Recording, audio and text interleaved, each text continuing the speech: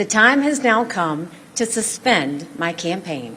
And although I will no longer be a candidate, I will not stop using my voice for the things I believe in. In all likelihood, Donald Trump will be the Republican nominee when our party convention meets in July. I congratulate him and wish him well. I wish anyone well who would be America's president. Our country is too precious to let our differences divide us. I have always been a conservative Republican and always supported the Republican nominee.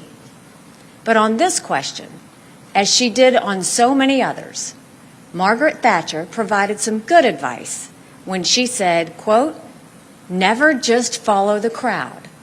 Always make up your own mind." It is now up to Donald Trump to earn the votes of those in our party and beyond it who did not support him.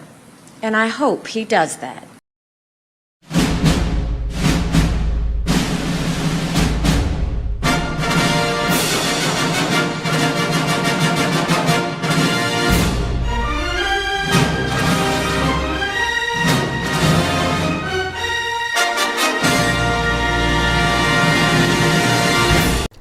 I know several of you were asking me in my recent live stream saying, Torian, where is the triple P on Nimrata dropping out of the race? Well, I didn't want to say when I was going to actually put it up because honestly, I really didn't know when I was going to put it up, especially with this week being very busy for me. And I would have preferred to do it as a live stream, a midday live stream, because I know y'all definitely would have wanted to lend your voice on a panel in real time, but unfortunately it was very busy for me this week, so I had to settle for doing it as a pre-record. But don't think for 1 second that I forgot that Nikki Haley, I'm sorry, Nimrata, excuse me, what is wrong with me? Nimrata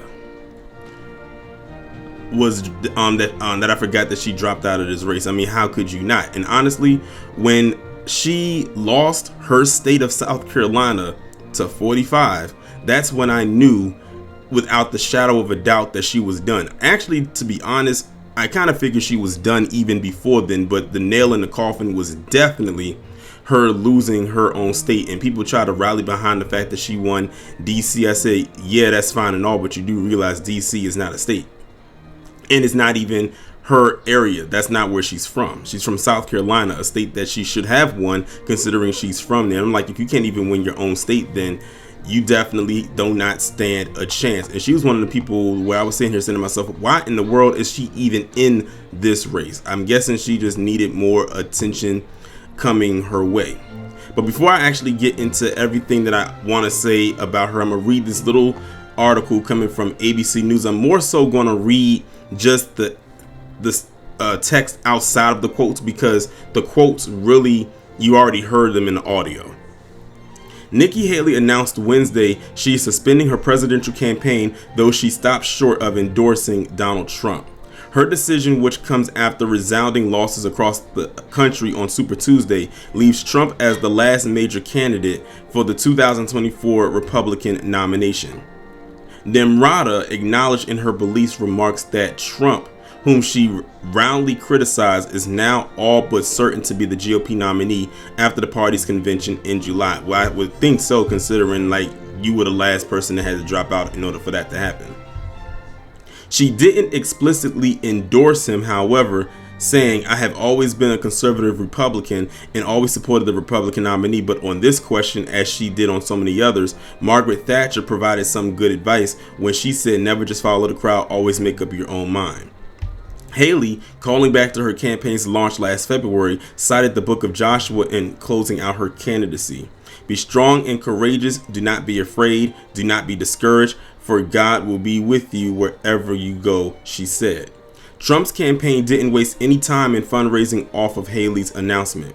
"It was a hard-fought race, but now it's time for us to unite us as a party," and this is written in all caps, "to unite us as a party and defeat Joe Biden," a fundraising email sent out Wednesday morning read.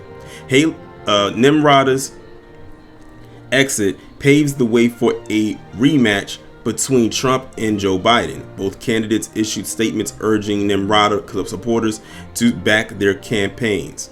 Donald Trump made it clear he doesn't want Nimrata supporters. "I want to be clear. There is a place for them in my campaign," Biden said. I know there is a lot we won't agree on, but on the fundamental issues of preserving American democracy and standing up for the rule of law, on treating each other with decency and dignity and respect, on preserving NATO and standing up to America's adversaries, I hope and believe we can find common ground. Republican National Committee Chairwoman Ronna McDaniel called Trump the presumptive nominee. Congratulations to 45 on his huge primary victory. I'd also like to congratulate Nimrata Randhawa for running a hard-fought campaign and becoming the first woman to win a Republican presidential primary contest, she said in a statement. And that concludes that particular article. Now let me just say this. I've done the last video that I talked about with Nimrata was basically breaking down some of the statements that she has made, especially when it pertains to black people, like basically her anti-blackness over the years, starting with, you know, the Civil War comments, you know, the slavery issue, of course, anti-blackness, even all the way back to the thing with the Confederate flag, which I believe was extremely performative on her end. So when you culminate all of those things together, I do not feel bad that she dropped out. I'm not surprised that she did. I don't even know why she entered. And then when she lost her state, that's when I knew that her whole campaign was complete. It was done. There was no chance of her recovering from this at all. There was no way she was going to thrive and survive this. So now I guess she's just going to sit back just like the rest of them. Now the biggest question a lot of people are asking now when it pertains to her is, will she actually endorse 45? Y'all let me know. Do y'all think that she's actually going to endorse 45, or she's not going, or she's going to be like Chris Christie and not endorse him? Because Chris Christie, out of all of the people that ran as candidates for the Republican nominee, he's the only one I believe that did not endorse 45 when it was all said and done. The question is, will Nimrata follow in his footsteps and not do it, or she's going to follow in the footsteps of the rest and do the same exact thing? I keep telling y'all, they might be presenting themselves as being competitive with each other on the front, on this front end, but on the back end, low key, they be supporting each other. Again, this is all, in my opinion, this is, they call it political theater for a reason. In my opinion, I'm seeing this as nothing more than entertainment. And honestly, for many of them, this is nothing but a form of entertainment too. Many of them do not take this seriously at all. Again, that is exactly why I have become neutral, registered independent voter since September 2023. And if I should cast my vote, it will definitely be for Couch 2024. Lord,